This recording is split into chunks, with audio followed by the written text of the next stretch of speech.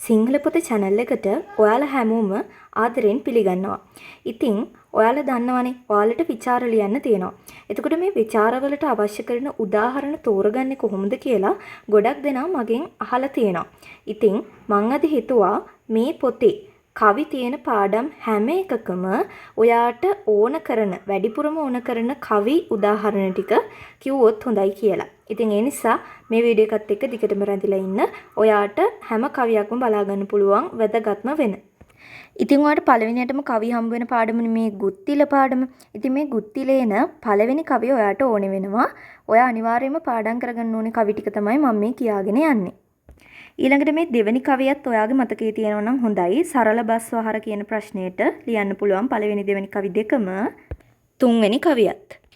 ඊළඟට මේ දිය ගොස පළ කෙරෙමින් කියන 14 වෙනි කවිය ඕන ਵਿਚාරයේ ප්‍රශ්නයකට ගුත්තිලෙන් එන ඔයාට මේක ලියන්න පුළුවන්. ඊළඟට ඒකේ අහනවනේ සත්තු කොහොමද මේ වීණා වාදනයට සමන් දුන්නේ කොහොමද යාළගේ හැස්සීම කියලා.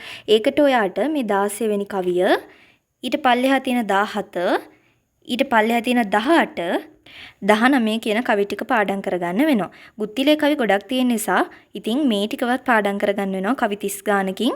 බොහොම පොඩ්ඩයි මම මේ දෙන්නේ. 22 වෙනි කවියත් ගොඩක් වෙලාවට අර හිස්තන් පුරවන්න එන කවියක්. ඒ නිසා ඒකත් ටිකක් මතක තියාගන්න. මම 23ත් පාඩම් කරගත්තා. ඔයත් කැමති නම් 23 පාඩම් කරගන්න පුළුවන්. අර නයි ඝන කියන කතන්දරේ. ඊළඟට මේ ගුත්තිලෙන් එන ඕනම විචාර ප්‍රශ්නයකට කොහෙන් හරි අස්සකින් රිංගවන්න පුළුවන් රූ රැසේ අඳිනා ලෙසේ කවිය. ඉතින් 33 වෙනි කවියත් ඔයා අනිවාර්යයෙන්ම පාඩම් කරගන්න ඕනි.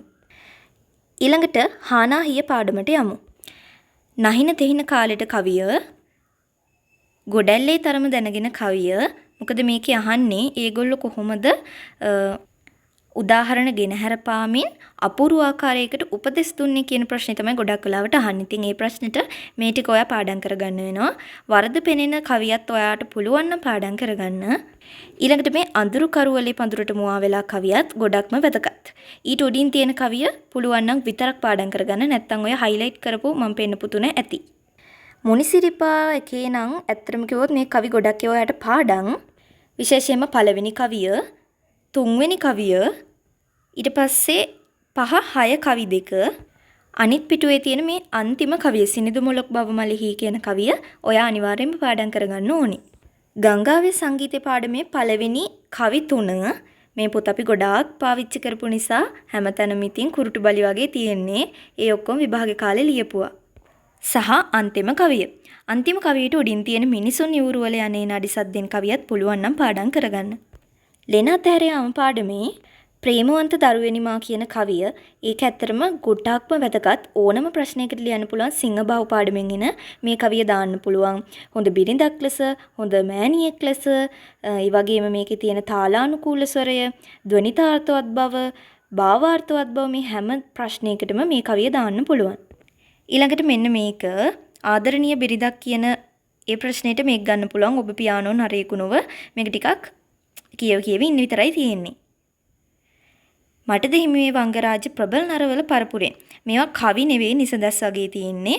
ඉතින් මේක අර හොඳ තරුණියෙකුගේ ජවය කියන ප්‍රශ්නෙට ලියන්න පුළුවන්. පුරුදු වනවාසී කවිය ආදරණීය බිරිඳක් කියන එකට තුමුල ගතින්දා බාහුබලෙන්දා කවියත් අර ප්‍රේමවන්ත දරුවෙනිමා වගේම ගොඩාක් වැදගත් ඕනම ප්‍රශ්නයකට ලියන්න පුළුවන්. අනුප්‍රාස රසයේ තියෙන නිසා, තරුණයෙකුගේ අදහස් ගැබ් වෙන නිසා, ඒ වගේම මේකේ හොඳ ශබ්ද රසයක් තියෙන නිසා මේ කවිය අනිවාර්යයෙන්ම පාඩම් කරගන්නම ඕනේ. මේක නම් ඕනේ නෑ. ඊළඟට මෙන්න මේ දෙක. යන්නට වේ දැන් දෙවියන් බාරයි. මේ ප්‍රශ්නෙට උත්තර ලියන්න බලාගෙන ඉන්නව නම් නංගි කෙනෙක් හරි මල්ලි කෙනෙක් හරි ඔයා අනිවාර්යයෙන්ම මේ දෙකත් පාඩම් කරගන්නම ඕනේ. මේක නම් ඔයාලා දන්නවනේ ගල්ලෙන බිඳලා එකේ පළවෙනි පද 3ක් පාඩම් වුණත් ඇති. කෑරගලේ පාඩමට යමු. සාරපලයේ කවිය ඕගොල්ලෝ ගොඩක් දෙනෙක්ට පාඩම් කියලා මම දන්නවා. මේ කවිය අනිවාර්යයි. ඊට පස්සේ කුලින් කුලම පැසේ නිබද මේ පළවෙනි පිටුවේ තියෙන කවි 3ම පාඩම් කරගන්න ඕන ගොඩාක් හොඳයි. 4 වෙනි කවිය. එතකොට මේ 4 පාඩම් කියන්නේ ඔයාට මේ ප්‍රශ්නෙට බය නැතුව උත්තර ලියන්න පුළුවන්. මේ නුදුරුවේ සිහිලලිය කියන 8 වෙනි කවියත් මම පාඩම් කරගෙන හිටියා. මම ඒක පාඩම් කරගත්තේ අර පමා වෙලා මුණ ගැහුණු නිසා කියන තාලෙට නුදුරු වැසි හිලලිය කඟුලලිය වටසැති මල් වැලිය සුතු ඇලිය පිපිවන සිටි මලිය වනමලිය තුටුවන සිටිවිලිය පුල්විලිය. ඉතින් ওই තාලෙට මම මේක පාඩම් කරගෙන හිටියා. මේ 10 වෙනි කවියත් ගොඩාක් ළමයිට පාඩම් කවියක් මට මතක විදිහට ඔයත් පුළුවන් නම් පාඩම් කරගන්න අවශ්‍යම නැහැ. මග විසිතුරු සුරරද සමන් කියන කවිය ඔයා සාමාන්‍යයෙන් 3 වසරේ ඉඳන් දන්න කවියක් නේ නිසා ඔයාට මේක අනිවාර්යයෙන්ම පුළුවන් ඇති. බැරි වුණත් ප්‍රශ්නයක් නැහැ. මේ ගණේ මිනි බබලි කිරණියෝ කියන කවිය වළඳින අදහසින් මෙන් සුරගංගාංගන කියන කවිය ගොඩක් ජොලියෙන් ඉගෙන ගන්න පුළුවන් කවියක්. සන්නන් සිහින් ගෙදිසෙවනලු. ඊළඟට මේ 6 වෙනි කවිය අගපිපිමල් අන්න ඒක මම පාඩම් කරගෙන හිටියේ අම්පාරේ මල්ලේ නිද කාමරේ කියන තාලෙට. අගපිපිමල් මලි ගියලිය කැලේයා වග බැඳ හෙන රජහස පුල්විලේයා ළඟතුරු මල් කිලිහුණු රොණ පුලේයා මග බැස යව පළ හෙළ වැලි තෙලේයා.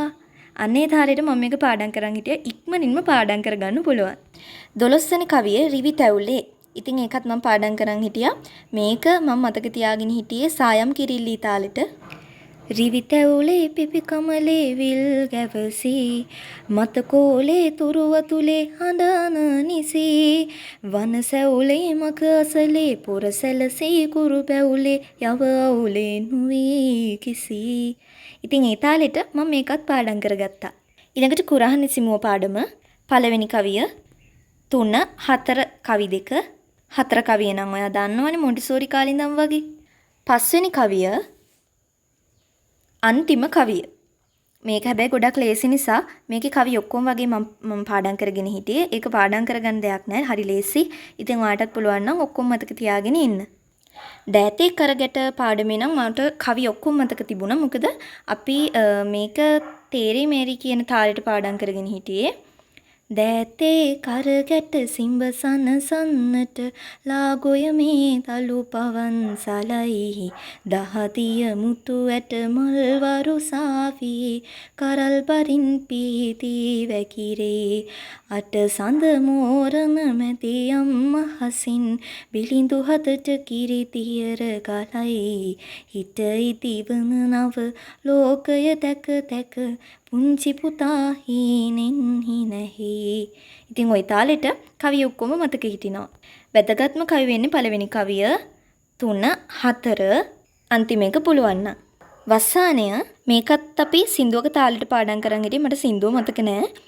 ඔය දෑල තොට මලුය සුවඳ පැරුවායින්ට නිල් වතුර තුරුළු කර කිසේ අතහැර යම්ද කෙකටියා පඳුර සුදු මල් පොකුර ෆටාගෙන සුඳුර නුඹ වාගේම හිනහේයමා එක්ක. ওই තාලෙට පාඩම් කරන් හිටියා. ඔක්කොම මතක තිබුණා. පළවෙනි කවි 3 නම් ගොඩක් වැදගත්. පළවෙනි කවි 2 විතරක් පාඩම් කරගත්තත් ඇති. ඒ වගේම මේ රමණීය වන ගැබෙහි මොනරුන්ට පිල්වියන කවිය හිස්තන් පුරවන ගොඩාක් ඇවිල්ලා තිබුණු කවියක්. ඒකත් මතක තියාගන්න. ඉතින් මෙන්න මේ විදිහට මම ඔන්න විනාඩි 8:39ක් වගේ කාලයකින් ඔයාට ඔක්කොම කවි ටික කිව්වා. ඔයාට ඕනිම කරන. මොකද ගොඩක් නංගිලා මල්ලිලා අහලා තිබුණා මම මොනවද පාඩම් කරගන්න ඕනේ මට තේරෙන්නේ නැහැ. ඉතින් ඒගොල්ලන්ට මම හිතනවා මේ වීඩියෝ එක ගොඩක් වැදගත්යි.